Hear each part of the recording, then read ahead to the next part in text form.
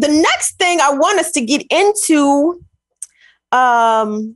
people, has to do with this whole kerfuffle behind Congresswoman Ilhan Omar's comments, linking atrocities committed by the U.S. and Israel to that of Hamas and the Taliban in Afghanistan. Now, she said that she was being somewhat specific in terms of grievances that have been brought before the international, the ICC, the International Criminal Court. I believe that's what the ICC stands for, not the inter-county connector, as it is in Maryland. That's what the ICC stands for here. But let me get to this clip and let me just let y'all understand where this whole thing started off. And it's not so much now. I take no offense nor offense to anything that Ilhan Omar said about the United States, Israel acting as terrorist states, because, honey, let the evidence reflect. Let the record show. Let history speak for itself. I mean, my goodness, the U.S. is not, if a case can absolutely be made that the United States is the biggest number one terrorist state in the world. Okay. Look at our work. Look at our handiwork everywhere, from Korea to Vietnam to Nicaragua. Where else you want to go? To Chile, everywhere, to indigenous America. I mean, let the record reflect, okay? Terrorism is our business, and the business has been good for a very, very long time. So I don't have any problem with what Ilhan Omar said. The problem is the chastisement and the pearl clutching on behalf of Democratic leadership and other Democrats as well. The false framing of her comments somehow as being anti-Semitic. She didn't say anything about Jewish people. She said something about Israel, which is a state which has policies that are very worthy of critique, if not outright scorn, right? So let us be clear here. So I want us to take a look at this clip. Now, get comfy, because I think this is like 3 minutes. But again, I don't want to omit context for anything that I talk about, because number one, goddammit, we're on YouTube. Okay. So, I mean, if y'all got 60 minutes to watch the show, you got 3 minutes to get some context. So there is that. So Tunde, I'm sorry, I'm having problems finding the correlating clip, but yes, I know you know which one it is. So, okay, let me set this up for y'all. So this is what we're about to watch. Secretary of State Antony Blinken was testifying. If you're just talking in front of the House committee, does that count as testifying? I'm gonna guess so, because I think you got to be sworn in, right, to talk and to address Congress. Anyway, this was the House Foreign Affairs Committee meeting on the State Department's fiscal year 2022 budget and their foreign policy priorities. And the Congresswoman from Minnesota, Ilhan Omar, sits on this exact committee. And some have pointed out that the questions that she's about to ask, that you're about to hear her ask the Secretary of State, is all the more reason why someone like Ilhan Omar needs to be on the Foreign Affairs Committee, because otherwise it would be the standard pat answer or pat questions that don't examine or go into any depth or don't even offer any detailed, specific problems with the way the United States engages its foreign policy around the world, right? The only thing a lot of these Congress people just like to ask the State Department and the Department of Defense is like, do y'all need more money? Oh, yeah, y'all need more money? Okay, cool. Like, aside from that, and are y'all trying to, expand the U.S. military imprint in more places? Oh, you are? Oh, okay, great. You know what I mean? So the fact that there's someone like Ilhan Omar actually challenging this narrative is grossly important, if not for the only reason to illuminate how full of shit and how awful the United States operates as a very bad actor everywhere around the world. So guys, get comfy. You're about to hear Ilhan Omar ask Antony Blinken the questions. Okay, she wants to know the questions. Is there any retribution? Is there any get back? Is there any way for people who have been impacted by U.S. backed attacks or Israeli backed attacks to have any sort of recourse? And of course, Antony Blinken gives the standard pat bullshit answer, and Ilhan Omar went on Twitter to respond. But anyway, context, here we go. Let's check out that clip. I know you opposed the court's investigation in both Palestine and in Afghanistan. I haven't seen any evidence in either cases that domestic courts both can and will prosecute alleged war crimes and crimes against humanity. And I would emphasize that in Israel and Palestine, this includes crimes committed by both the Israeli security forces and Hamas. In Afghanistan, it includes crimes committed by the Afghan national government and the Taliban. So in both of these cases, if domestic courts can't or won't pursue justice, and we oppose the ICC, where do we think the victims of these supposed crimes can go for justice? In both of these cases, if domestic courts can't or won't pursue justice, and we oppose the ICC, where do we think victims are supposed to go for justice? And what justice mechanisms do you support for them? Thank you. First, let me just say at the outset that it is impossible not to be profoundly moved by not just the loss of life in the recent violence and conflict, but especially the children whose lives were lost. And we all have a tendency to throw statistics and numbers out there, but we were talking about boys and girls, Israelis and Palestinians, as well as men and women. And I think none of us, from whatever perspective we come, can lose sight of that. So that's one thing that's very important.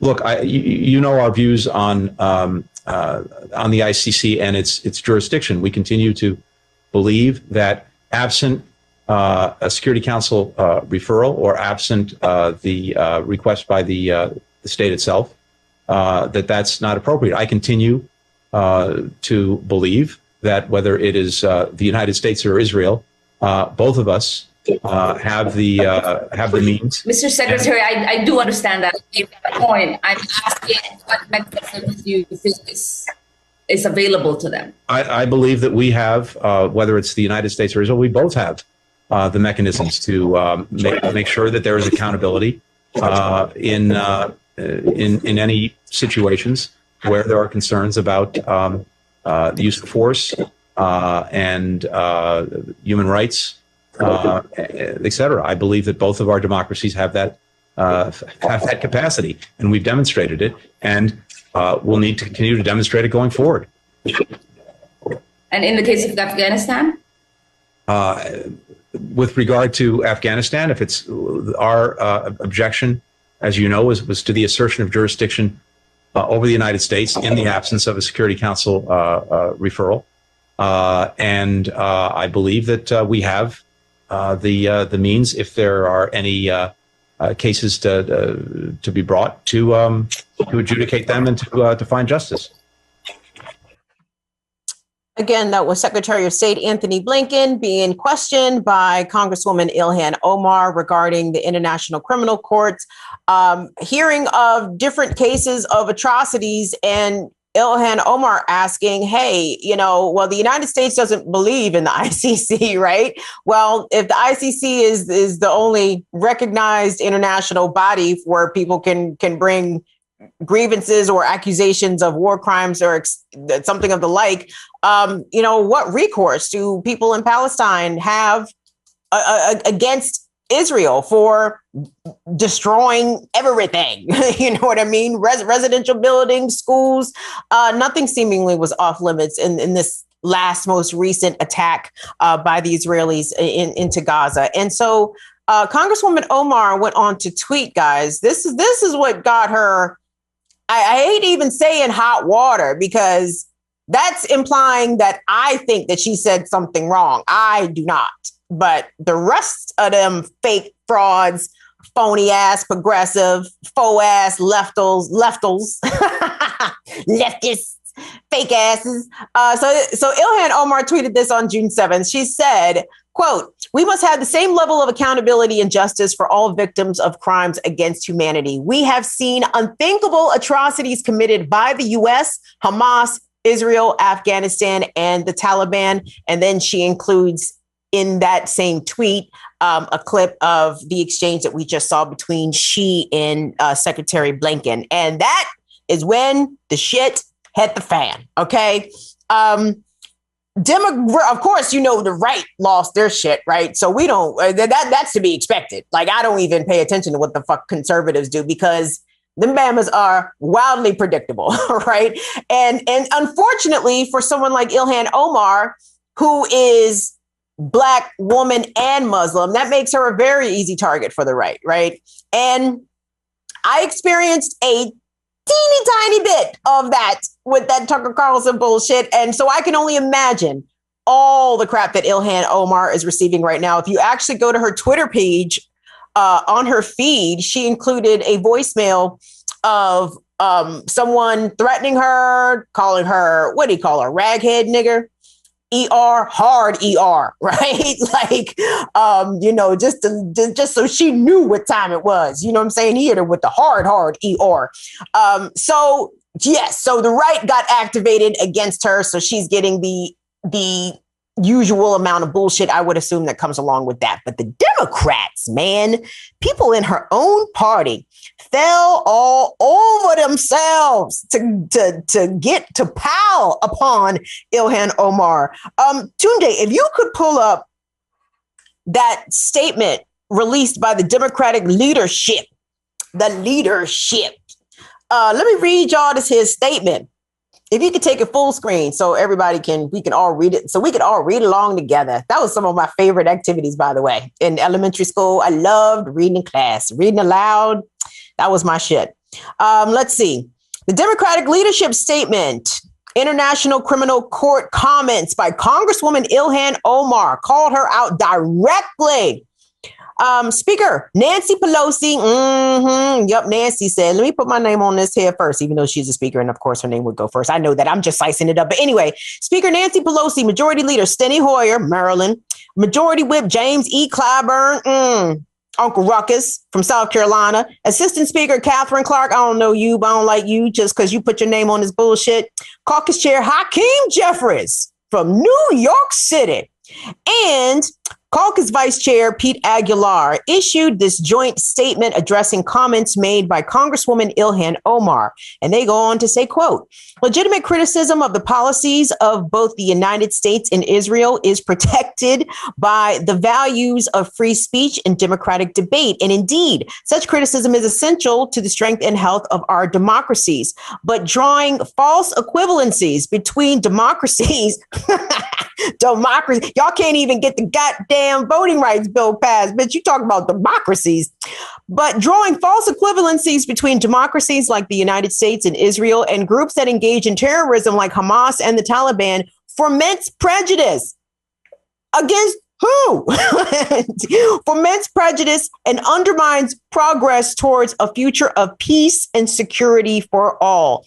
We welcome the clarification by Congresswoman Omar that there is no moral equivalency between the U.S. and Israel and Hamas and the Taliban. A clarification that Ilhan Omar apparently went ahead and did it seemingly under duress. What other way was she giving said clarification? But anyway, her statements didn't really require clarification because you know why? She said what the fuck she said, right? And we agree. we are in agreement because the United States, I mean, if we were to sit here and honestly go through the terrorism that the U.S. has committed since its inception as a nation, honey, we couldn't even make it off the continent. We would be here 10, 12, 24, 40 hours straight You know what I'm saying? Talking about all the terrorism and atrocities that the United States committed against indigenous nations here on this continent. Oh my gosh, if we just go abroad just a little bit, if we go down to Grenada, if we go down to Venezuela, if we check out Nicaragua, if we go to Colombia, Chile, if we go to Africa, come on now, stop playing with me. Nancy Pelosi, Hakeem Jeffries, James Clyburn. Fuck you mean? You mean this a false equivalency? The United States is the OGs of terrorism, shawty. Don't nobody do terrorism better than us. And this deliberate commitment to misframing America's role in committing terrorism, genocide, coups, destabilization of governments, assassination of political leaders, of movement leaders. Like, come on. Like, I'm so tired of constantly trying to re-explain history to people who already know better, right? And the commitment to toe the imperialist line, like it knows no bounds, right? And again, I've been telling y'all about these congressional Black Caucus niggas. I'm telling you, y'all like Hakeem Jeffries, y'all better unlike Hakeem Jeffries. I know nobody in this here chat better be liking James Clyburn. You are free to find the exit, please, because we don't deal with Congressman Uncle Ruckus around here. James Clyburn during the election talking about he was a progressive. Nigga, if you don't get the whole fuck up out of here immediately. Who sent us some bread? I wrote it down. It was Chuck Diesel. And Fed Franny French. Thank you, Franny French. Thank you, Chuck Diesel. Thank you, Toby Swally. Lateef Menz, I know you sent us some bread last show, and I forgot to shout you out because it was late in the show. So let me do my shouting out now. But that pissed me off. Like, and it is rightfully making a lot of people mad that Ilhan Omar cannot, and I was going to say cannot speak her truth. It is not her truth. It is the truth. It is the truth. There's only really one way to view this country, and that is through the lens of terrorism. That's all this nation has done is enact terrorism. Oh, Lord have mercy. I saw a clip and I meant to grab it. It had a lot of views on Twitter.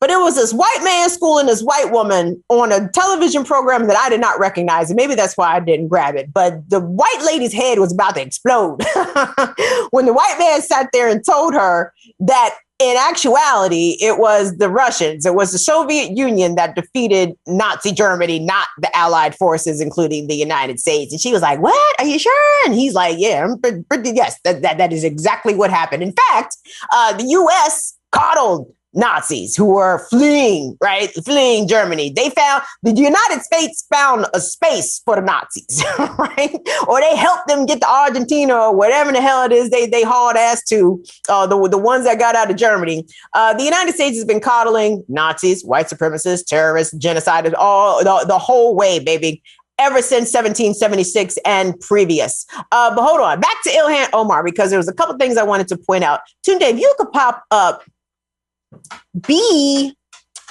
for me, because what is going to get Ilhan Omar and actually I want to say legitimate trouble, but no, it's looking like she could be in a bit of a pickle. A group of Jewish Democrats in the House has sent Ilhan Omar a letter regarding her statements, and they are framing again her comments as anti-Semitic.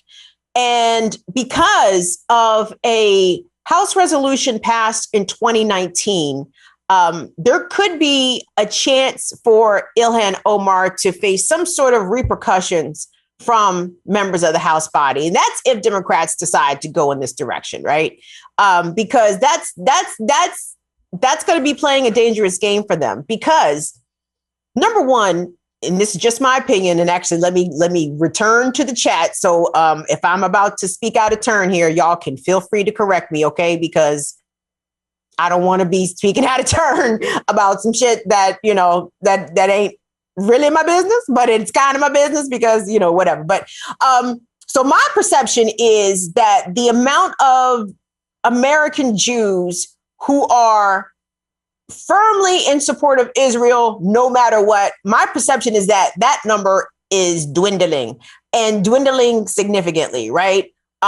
people are smart enough to make distinctions between attacks on Jewish people and the Jewish faith versus critiques and legitimate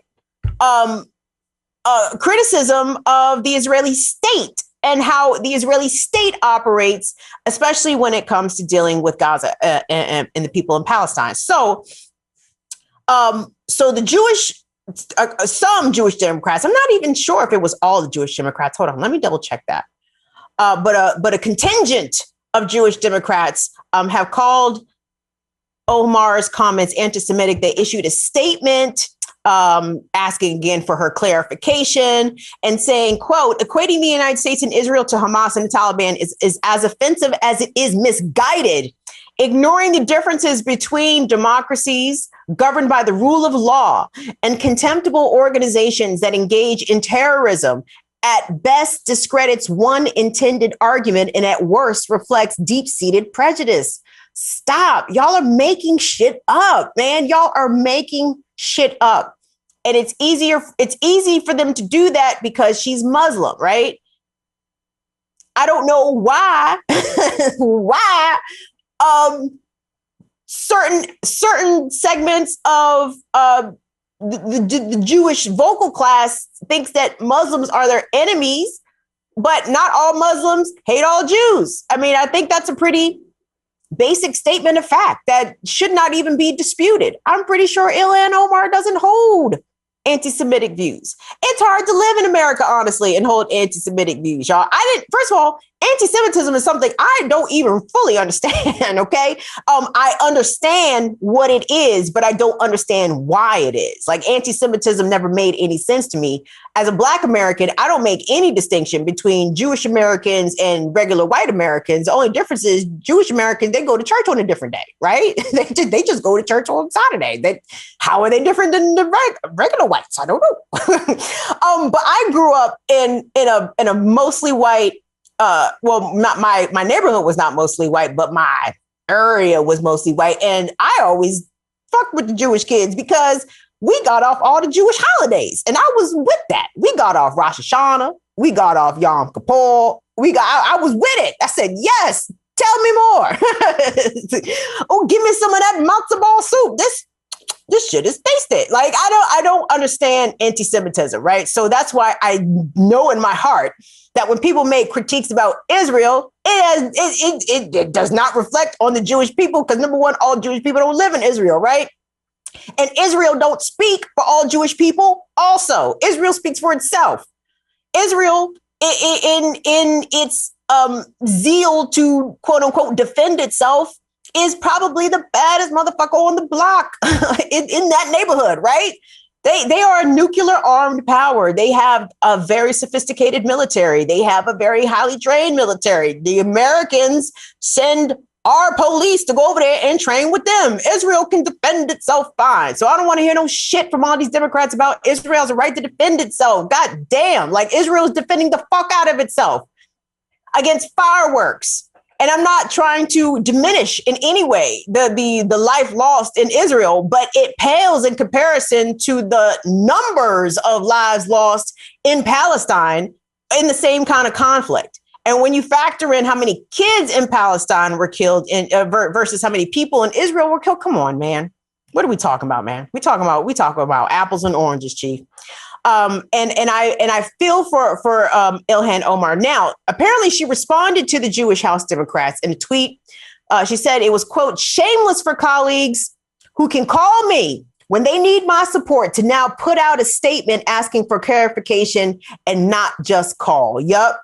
And I hope that was a shot Ilhan Omar is sending to the House Democrats. Like, hey, bitch, let me explain something to y'all. Y'all want to throw me under the bus for some bullshit over some shit that y'all know, number one, ain't anti-Semitic. Number two, is not inaccurate in terms of the United States committing atrocities around the world. Okay, nigga, I got you.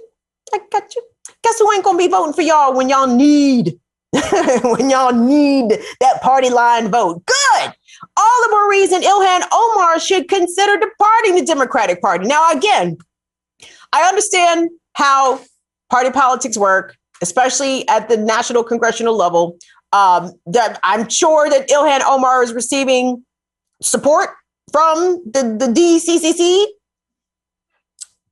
People affiliate with Democrats because they need that bread, right? Because congressional elections cost a lot of money.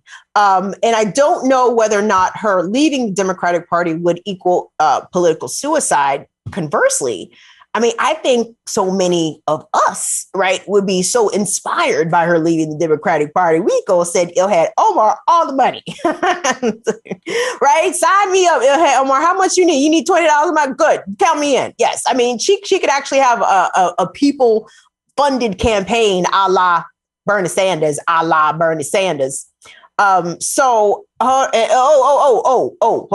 Something else I want to circle back to, because like I was saying, the wholehearted support for Israel, no matter what, amongst American Jewish people, from my perspective, is not what it once was.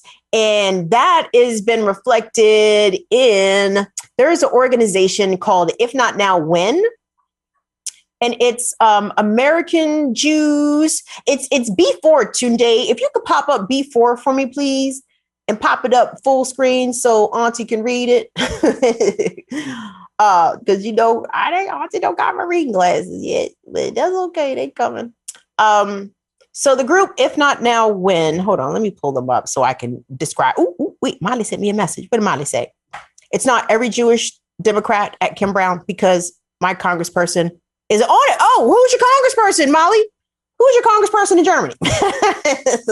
Tell me who your congressperson is. Thank you very much for that clarification, Molly. Molly just let me know. So it is not all Jewish Democrats who signed that bullshit letter to Ilhan Omar. Because yes, it is not all Jewish Democrats. But yeah, so If Not Now, When? It is a group of young Jewish Americans who stand with Palestine, who stand with Palestinians. And the fact that they came out and said that Congresswoman Ilhan Omar, let me read this tweet, actually. I said Ilhan Omar is being targeted for her statement about Israeli accountability and Palestinian justice. We have seen her and others smeared before for speaking out for freedom and dignity. As American Jews in the same fight, we stand with Ilhan Omar. So be clear, everybody. People who are making anti-Semitic accusations against Congresswoman Omar, the American Jewish people are not a monolith. Not everybody is on board with that shit, okay? And don't let nobody tell you different. And the fact that, again, House Democrats are so weak and so beholden to the Israeli state for reasons there's no need to speculate. I'm sure there are very concrete reasons. They're just outside my realm of understanding. Like, come on. Like, at some point we have to call a thing a thing. If people like Joe Biden and Nancy Pelosi allegedly could see the injustice in apartheid South Africa in the 80s and beforehand, what is it that is not allowing y'all to understand the same thing is happening to Palestinians? And is being committed by the Israelis and is being enabled by the United States. Today, if you could pop up B5 for me. Now, B5 is a tweet from someone on Twitter whose opinion I respect. Her name is Sugar. And Sugar, this is what Sugar had to say. Sugar said conservative resistance to Project 1619 and liberal resistance to Ilhan's statement shows the refusal to accept the truth about this country is bipartisan. Listen, America is the last ones to understand how ugly America is. And it's weird because the attempts to prevent so-called critical race theory from being taught in public schools, right?